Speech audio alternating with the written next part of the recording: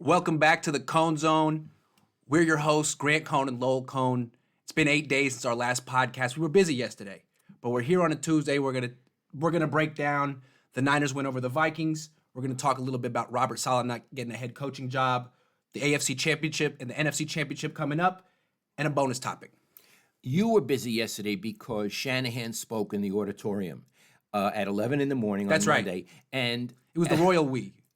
right. Well, the point is, Grant Iggy couldn't be here because he was in Santa Clara, so we're doing it today. Yeah, covering the 49ers. I got to do that. You got to cover them in order to talk about them. Okay, what's the first topic? We'll look back at the game that the Niners won against the Vikings. It was a couple of days ago. Before we move beyond it, what impressed you most about that performance? Okay, this is what impressed me. The Vikings are a really good outfit. Absolutely. They are really good. They had gone into the Superdome in New Orleans and beat New Orleans there, and they beat Drew Brees, and they made Drew Brees look pretty bad. Here came the Niners and made them look bad. The Niners are so much better than I understood at the beginning of the season. So I'm saying they beat a quality bunch. Yeah, absolutely. What impressed me the most was just how thoroughly the Niners outcoached that group, because I think the Vikings are a very well-coached team. Zimmer is good. I mean, Zimmer's terrific, and he couldn't stop simple running plays. Yeah. Shanahan just ran it at will. And then I think there was a stretch where they ran the ball 11 times in a row. Then on the other hand, you had the audition for the Browns job, which it looked like Saleh was winning. He was going up against Kevin Stefanski and Gary Kubiak, who's the real architect of that offense over there. And he held him to like 4 first downs through most of that game until garbage time. So it wasn't like they were going against newbies or frauds. They were going against some of the best in the business and made them look like they were frauds. Other things that impressed me about the Niners, their offense, you had talked about running the ball. One of the things I've come to appreciate about Kyle Shanahan is how versatile he is. Yeah. I always thought of him as a guy who would throw at all costs. Right. Now, I mean, we know he has a running game, but in this game, he noticed, I can run on these guys. Why would I go away from that? Right, and he developed that reputation as a guy who will throw at all costs in the Super Bowl with the 25-point lead in the second half. He's throwing the ball. Right. In this game, he's got a lead in the second half, and like I said, there's a stretch where he ran the ball. I think it was after Jimmy Garoppolo threw the interception. I think he called 11 straight runs, at least 8 straight runs. Now, I want to say one other thing. When you run the ball like that, it's not only that you get first downs, it's that you physically hurt the other team and you totally demoralize them. Because if you can't stop the run, you're not playing football. That's right. It's the basic play, and they beat them on the basic play, and that is devastating, and they devastated them. Kyle Shanahan, he seems so, I mean, again, I've never met him, Iggy, but he seems young to me and very pleasant. There's an assassin in there. We were very critical of him the last couple of years, and people have asked, well, why have you changed your tune? What do you see from him now? Were you just wrong? I don't think we were necessarily wrong. I think he has improved and evolved a great deal this year. Like, for example, in the Super Bowl, he didn't have anything he could go to grind out the clock, power running football that Jim Harbaugh would go to, what he called grinding the meat. Grinding the meat, He yeah. couldn't do it. He did it. Yeah, he did it against the Vikings. I mean, it wasn't just that finesse outside zone stuff, which is like a series of screens in basketball. It was really pushing people off the line of scrimmage, physical blocking. It's like Jim Harbaugh had taken over Kyle Shanahan's body for a half. It was really interesting. I didn't expect that from him the last couple of years. I would add one thing about us and Shanahan. We were also wrong. Oh, we were also wrong. We were also, let's get that straight right away. He, from my point of view, had not shown that much the first 2 seasons, but obviously he had a lot more than Grant or I understood. So we were wrong. And his excuses were valid. He didn't have Jimmy Garoppolo. He didn't have this and that. But I also giving them credit. He's improved and evolved a lot this year, and so has Robert Saleh. And so have we. So have we. Absolutely. Let's move on to Saleh and that Browns job. Right, because we were talking about how Saleh was going head-to-head with this Kevin Stefanski guy, and it looked after the game like, well, if the Browns are choosing between those two, they'll have to pick Saleh. They didn't. You know why they didn't? I'm Why? going to tell you. Because they're the Browns. Because they're the Browns. Because they're the Browns. So what I think is so interesting about this choice for them, Kevin Stefanski doesn't even run his own system. He runs Gary Kubiak's system. But basically, Gary Kubiak is the architect of that offense, but he can't be bothered to call the plays. He's old. Not old, but he doesn't want to do it anymore. And he's had health issues. He's had health issues. So basically, it's his system. And he goes to Stefanski and says, on first down, these are some plays I like. On second down, these are some plays I like. In the red zone, these are some plays I like. You call, here's 5. You choose. Yeah. But it's like coloring by numbers. It's Gary Kubiak's system. So when they hired this guy, they don't even know what offense they're getting. Oh, but more, you said that they used the baseball guy. Yeah. Oh, please. I'll explain. Okay. So they clearly didn't hire him for his offense because it's not his offense. It's Kubiak's offense. Right. The guy who did the hiring is Paul DePodesta, who used to be with the A's. He was in Moneyball. He was like Billy Bean's number 2 and guy. then he went to the Dodgers. Yeah. So they've been fascinated with baseball analytics for years up in Cleveland, and they're always ahead of the curve in the NFL. So they had Paul DePodesta from his office in LA organize this entire coaching search. And I guess Kevin Stefanski clearly said, whatever you want to do, he wants the coach to have an hour-long meeting with the analytics department every week to go over the game plan, to like get it okayed by the analytics department. And also the head coach is going to have to do it with the owner, Jimmy Haslam, as well.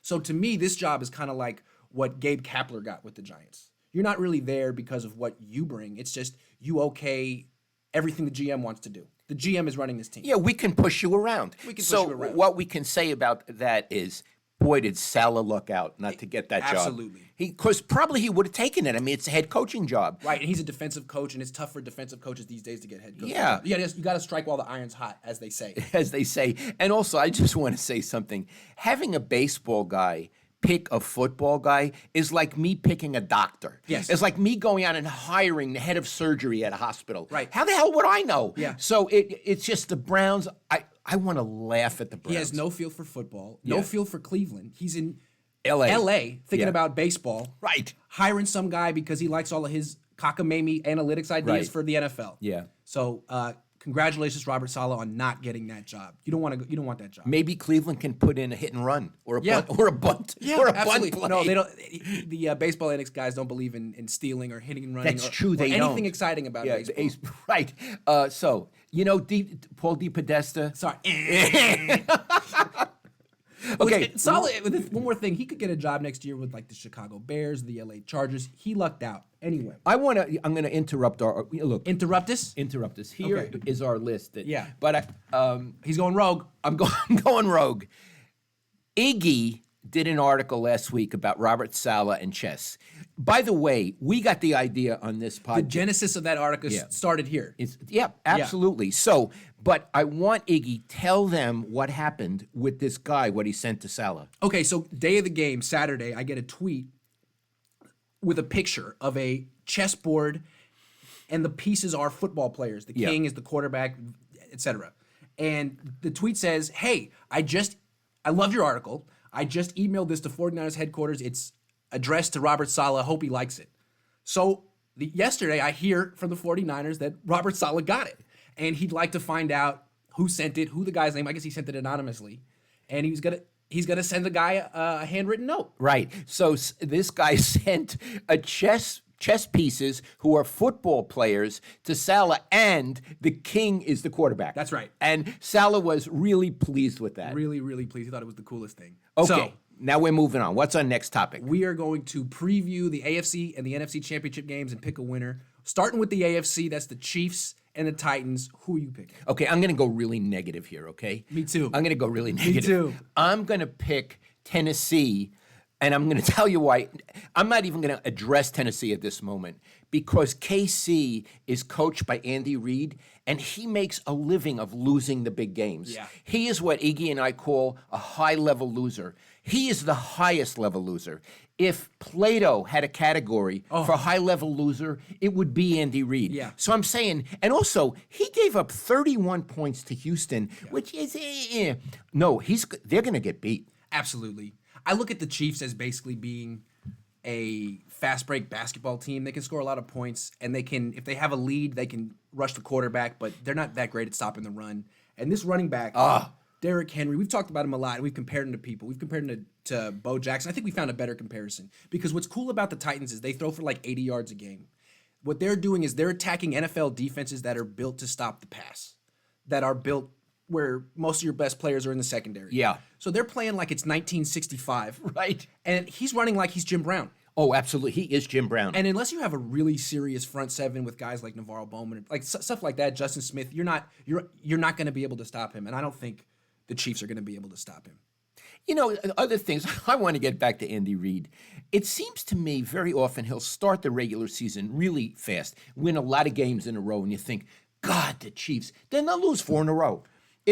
There is something about him that he sort of reeks of loser to me. Absolutely. He's been in the league a long, long time. He's been to one Super Bowl but never won it. Yeah. And to me, it's like he always does just enough not to get fired. Although he did get fired the one time. He Yeah. wins about 10 games, loses early in the playoffs, doesn't get fired. But there's never like growth or upward trajectory. It's just you get to about the second level of the playoffs and you lose. Don Nelson. Don Nelson. He is Don Nelson. He's the football Absolutely. Don Nelson. Yeah. I like Don Nelson. I know him very well, but they have a lot They in even common. kind of look alike. Really? Yeah, did you see the mistake I made during the last Chiefs game on You made a on Sunday? mistake? Yeah, they fell down 24-0 the Chiefs. Yeah. And I couldn't wait. So I said, "Oh, Andy Reid doing it again in the playoffs, doesn't Yeah. have his guys ready. Going to be 12-15 career. And, he's 13-14 career in the playoffs. Anyway, Yeah. he came back and scored 51 points in 5 minutes. Okay, you know what that's a learning. Hey, that's a learning experience. What I do is I have the urge to bury someone in the first half, but I've learned from having made so many mistakes. Shut up. Yeah, oh. Wait till the fourth quarter. Absolutely. So you learned. I learned. Okay, now we come to the game that we're really invested in. The And Niners. this one we actually disagree on, although we agree on the outcome. Oh yeah, I mean the Niners are going to beat these guys. The Niners are going to beat the Packers. Okay, you give your take and then I'll give mine. I think it's going to be a close game, and I think it's going to be tough. And I know you disagree, so let me make my case. The Niners wiped out the Packers the first time. 38-7. The Packers fumbled in their first series at their 2-yard line. The Niners scored right away. It's like the Packers spotted the Niners 7 points on the road. Then they lost their right tackle. It's like the game got away from them right away. I don't think it's going to unfold like that this time. And what the Packers have going for them, they have a Hall of Fame quarterback who's better than Jimmy Garoppolo. All respect to Jimmy Garoppolo. And not only that, they have this wide receiver, Devontae Adams, who's a top 5 wide receiver in the league, almost as good as Julio Jones. And the Niners, as much as terrific as Robert Saleh is, he has lost a few times to offenses that have one good receiver. It happened a month ago against the Falcons when he went against Julio Jones. Julio caught like 13 passes. The Niners lost. The same thing could happen in this game if the Niners aren't really, really on point with their execution. I think they're going to win, but I think it's going to be a struggle. I don't think it's going to be a struggle. I think the Niners are going to murder these guys as they murdered them the time before. And let me just say just briefly, I don't think the Packers are going to be able to run against the Niners. I don't think so. I agree with that. I don't think their running game is going to be that good. So, okay. So now the game is in the hands of the future Hall of Fame quarterback. I think the Niners are going to make him look sick. He is not as mobile as other quarterbacks. He's not Russell Wilson, or as he used to be. I think they're going to sack him a lot. They're going to frustrate him. You're going to see him sulk and pout on the field. I think Robert Saleh's defense is going to win this game for the 49ers big. Ooh, okay. And one more. Much better coaches on the 49ers side. That head coach of the... He's terrible. He's terrible. How did he get this job? so bad. I mean, his name's Matt LaFleur, but Yeah. in the league they're calling him Little Lord Fauntleroy. Yeah. Right? I mean, That's it's the not truth. us. Here's what he's connected with Sean McVay and Mike Shanahan, and he knows people. And so a lot of times he'll have a good script. It's like someone helped him with his homework. Right. But then when he's out of the script, he's got no adjustments. He's terrible. This week, he's got a lot of people helping him. He's got Sean McVay, not Mike Shanahan, I would imagine, but he's got Sean McVay helping him. And Sean McVay is actually much more creative than I realized. We saw that in the Week 16 game against the Niners. I feel like we're going to see the best of whatever the Packers have to offer. It's true that they don't have a running game, but they beat the Seahawks without a running game last week. Mm-hmm. Yes, the Niners have a terrific defense and a terrific defensive coordinator, but they also have a cornerback issue right now. This thing with Ahkello Witherspoon is getting kind of weird. They've started him the last few games, and he's been terrible. They're going to start probably Emmanuel Mosley, and he's been solid, but this is a very big game, and he's going to be having to cover an elite wide receiver and go against an elite quarterback. Funny things happen. Yeah. Funny things happen on a big stage with undrafted guys who haven't played that many games. I feel certain that they're going to start Mosley, and I'll tell you why. When you yesterday in the press conference with Shanahan, that's why we didn't do this yesterday, you asked him is he starting Ahkello Witherspoon, and he said, this is a paraphrase, I'm pretty certain, but I want to talk to the players first. That means I want to let Ahkello know he's not starting. That's right. That I want to give him the courtesy of my telling him and not having to read it in the paper. And I want to tell you what this means on a ball club. Whenever a player gets benched or demoted and they read it in the paper they hate the coach or the manager. Felipe Alou, who I covered with the Giants, used to tell the media when he was benching people or doing things like that before he would tell the players. And he had a very bad reputation among certain players that I knew for being that way. And he is somebody I never cared for. Bochy would never do that. No. I would be in the post-game clubhouse, and someone would come out and say to a player, the manager skipper wants to talk to you, and that meant he was going to give him bad news, but he would do that before he'd say anything to the media. Right. Bochy is a great guy, and guys who would do the other are very bad, and it means Shanahan's a good guy. Absolutely, and that's one of the reasons Bochy lasted for such a long time as a manager. You didn't have players around the league being like, "Hey, don't trust Bochy." Exactly. Trust him. Watch out for him, as opposed to Felipe Alou, who's a manager for like 4 years. Yeah, he had a bad reputation among certain players. Dusty was another one. He was such a gentleman. He would never do that to a player. Right. And what I'm saying is, again, I don't know Kyle Shanahan, but how he handled this, I think in code, I could be wrong, he was saying Mosley starting, but I won't tell you because I owe it to Akello to tell him in person. Yes. First. Yes. Okay. I want to stick with the Packers real quick. The way I looked at this Davante Adams guy, he's really special. And the fact that the Niners did a good job against him the first time, I don't think they're going to hold him to 43 yards in this game. I think he's going to do much better, and I don't think there's anyone in the Niners secondary that can cover him. I think they did a good job against him the first time because their pass rush was so overwhelming that Aaron Rodgers was throwing the ball all over the place, and he was sick. If the pass rush doesn't get there again like that, this Davante Adams could have 100, 120 yards, and it could be a real close game. Like we talked about the Vikings game. I said I used a chess metaphor. If they can stop Dalvin Cook, it's checkmate. He's the king and the queen. Same thing for Davante Adams this week. If they can stop him, he's the whole offense. If they can't stop him, they could lose like they lost to the Falcons. That's it. Let me ask you a question. Yeah. Belichick, if he were playing them, would he take Davante out of the game? But that's the question. Yeah. Yes, he would. Yeah. But Saleh is more like Pete Carroll. They're the two different. They're opposites. Pete Carroll just lost to Davante Adams. Yeah. Because Pete Carroll and Robert Saleh like young players, and they try not to confuse them with a lot of different schemes. Do the same thing a lot. We're not going to take one guy out. We're going to do what we do. So you can get beaten by one player. Belichick doesn't have a scheme. He looks at an opponent every week and says, I'm going to build something to stop this particular opponent this week. And it's what Pete Carroll and Robert Saleh would say is, that's great, but you need 30 to 35-year-old, really smart, experienced players. We want to play with fast 23-year-olds. That's not going to work for us. So they are a little vulnerable to an offense that has one guy you got to stop. Okay, but again, I want to emphasize to our listeners and viewers, we're both picking the 49ers. We're both picking the Niners. All we're talking about, is it a close game or a massacre? Iggy is saying a close game. I'm saying a massacre. That's all we're at. Okay. Are we moving on? I think we're moving on to some bonus topics. Bonus, and we got like 12 minutes left, so it's a lengthy bonus, but it's a good bonus. We got good bonuses. Talking the MVPs of the 49ers. Okay, up to this point. Okay, let's say we be offense. I think to this point, and again, we may do this again after the whole thing is over, but I think it's a no-brainer that the MVP. It's an absolute no-brainer. It's George Kittle. No-brainer. Give us some reasons why. The Niners are a run-first offense. He's their best run blocker.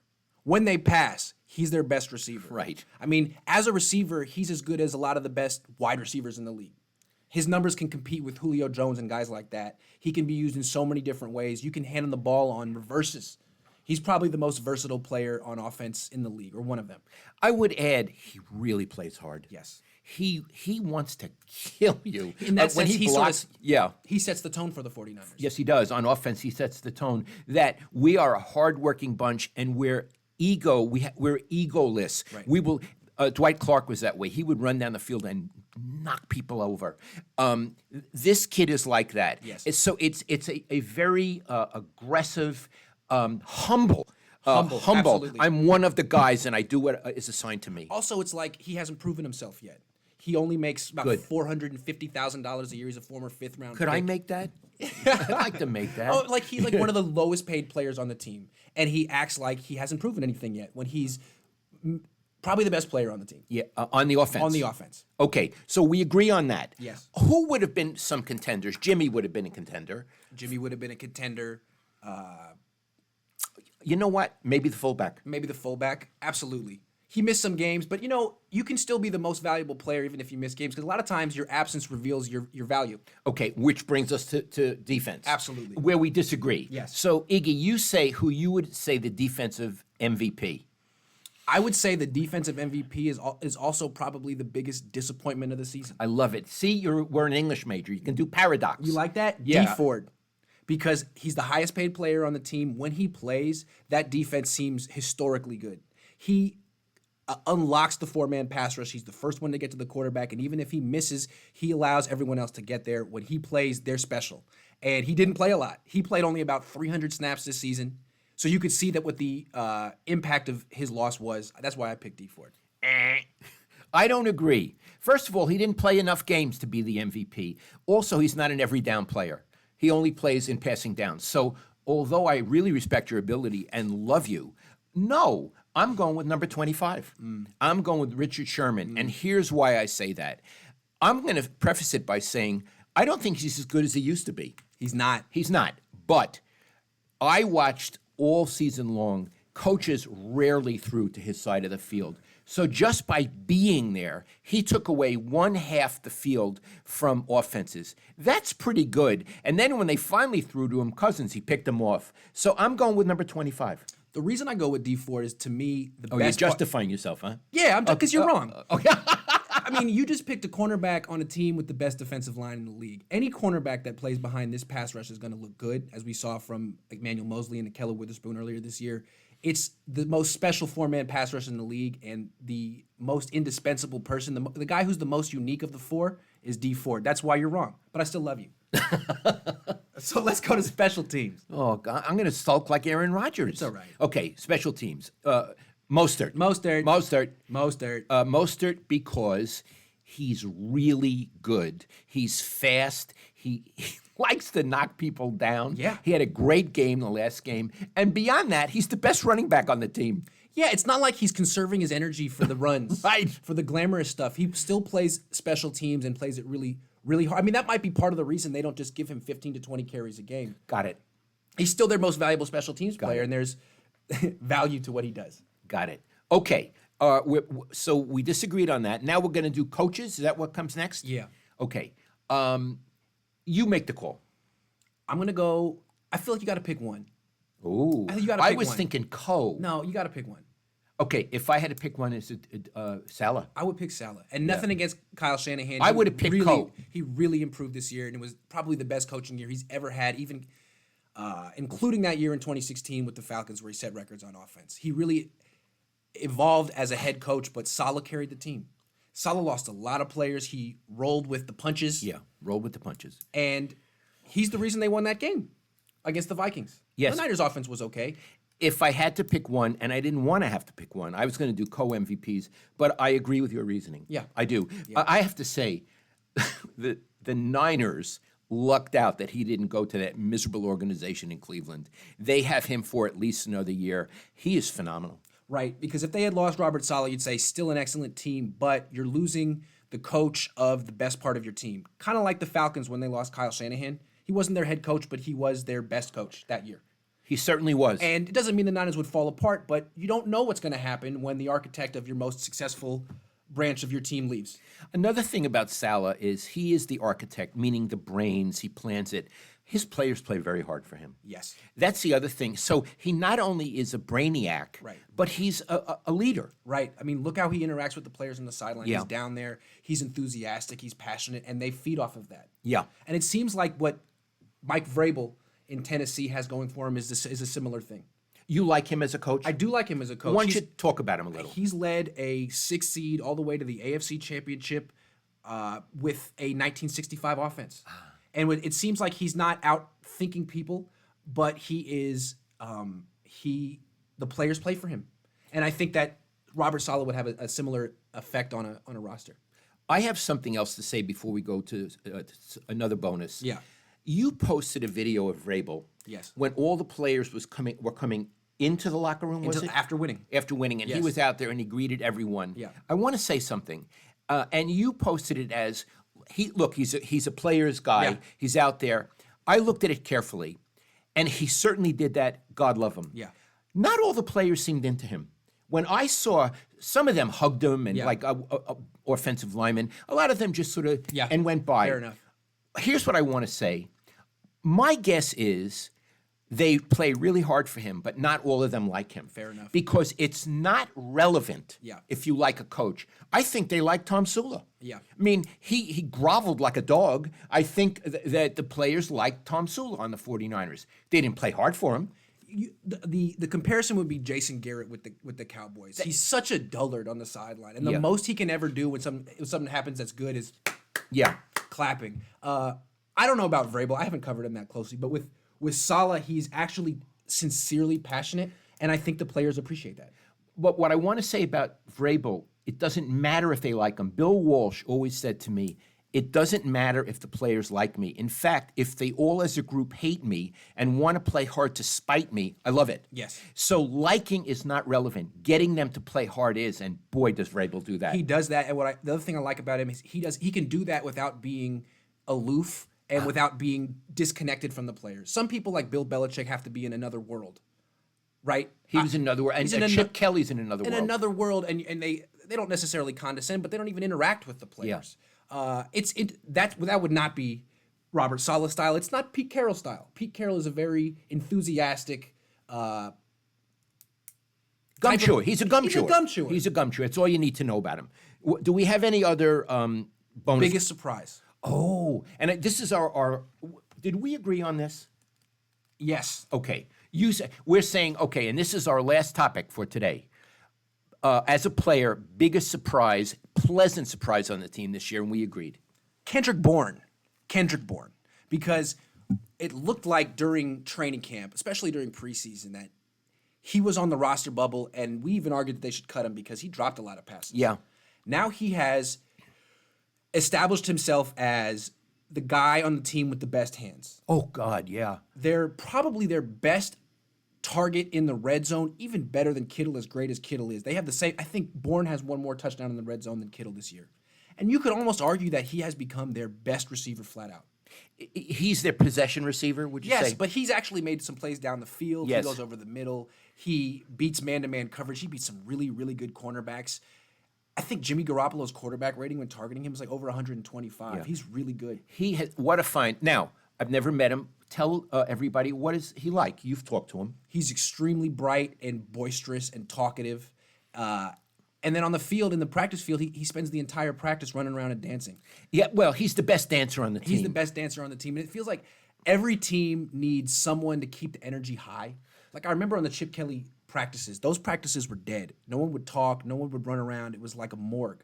And you need certain people, usually a couple of young guys, to run around and remind everyone that it's really exciting that they're in the NFL, they're playing a game, and even though they've been doing this since July and they're all hurt and sore and it's probably monotonous, it's a lot of fun. He's that guy. Well, I think every team needs a dancer. No question. I think Yeah. he's the designated dancer. Right. And what it means is we play in joy. Yes. And that's Kittle, too. That is Kittle, too. That was Steve Young. We Yes. play in, this is a tough game. We get hurt. We play in joy. And that's what I see in Bourne. I have another question about Bourne. You said he's very bright, very intelligent. How does he show it? When he's talking, he almost can't. He almost doesn't take breaths. It's like it's pouring out of him whatever he has to say. Just the dance moves. He talks like he dances. Yeah. And so what you're saying is he's verbally generous, Extremely. verbally Yes. generous, and the things he says you find interesting. Absolutely. Yes. And he's very enthusiastic. He's enthusiastic. He's extremely Is he enthusiastic. polite? Oh, absolutely. Yes. He's another guy who was an undrafted free agent. He has Got it. there are maybe a couple of players on the team that have an ego, and even those guys are like Deebo Samuel. He doesn't like to talk to the press that much. He's a rookie. Hard to read him. But even him, I mean, it's not like he's rude to anyone. He would just rather not talk. And if you ask him a question, he'll probably answer it in about 8 to 10 words. Fair enough. Let me try to guess, because I don't know these people on the team who has an ego. Okay. And first of all, ego is not bad. No. Ego, like in baseball, you want your home run hitter to have an ego. Yeah. And you have to stroke. You wanted Barry Bonds to have an ego. Yeah. It's not like, oh my God, can I hit the pitch? You want him to have an ego. So ego is good. I'm saying Armstead has an ego. That would be the first guy I thought of. And it's so interesting. I've never met him, but I don't think I covered him, did I, Iggy? A little bit, yes. but He was I- drafted in 2015, Yeah, a little bit. but I probably didn't talk to him very much. But it's just sort of the way he comports himself, like, you're not going to stop me. I'm a big deal on the field. Right. And I think part of his ability is his ego. No question. So he's the first. He's got this chip on his shoulder like he's the best player and no one recognizes it. Got it. Like he's been proving it for a long time and he can't get his he's like the Rodney Dangerfield of the NFL, of the locker room. I got it. Well, that's interesting. Well, why don't we stop with him? Yeah. Unless there were other people you wanted to mention. No. But I had an instinct about him, and it's interesting that you verified that. You could say that. Richard Sherman has a huge ego. Yes. Richard Sherman has the biggest ego on the team. Interesting. But he's not an egomaniac. I'm with you. Like he'll do here's Richard Sherman. He'll do a weekly press conference at the podium, which no players do. Only quarterbacks. That means in the big auditorium. And it's he doesn't have to do that. It's like I want to do that. Right. Then when he's done, he'll walk back to his locker and answer any question you have. Yeah. Like basically, he will sit there and answer questions endlessly all day, every day. There are certain people who come alive when they get the publicity. Yes. They actually come alive. Yes. Joe Montana came alive when he stepped on a football field. Yes. He did. Yes. He was sort of quiet. And then all of a sudden, Shazam. And, Yeah. and I'm getting the impression when he gets a mic or an audience, Sherman comes alive. He does come alive. He also comes alive on a football field, but he has two different personas. Well, he's my MVP. Yeah, well, we've seen it like in these post-game press conferences. He'll still be worked up, and he'll start ranting and ranting and ranting. Like the up couple of days goes after the Vikings game, he went on a 5-minute rant about how no one respects him. Oy. It's like, dude, Richard, why don't you talk about the win? It's not all about you. But also, there was that moment after they beat the Browns when he went to the podium and said Baker Mayfield didn't shake my hand.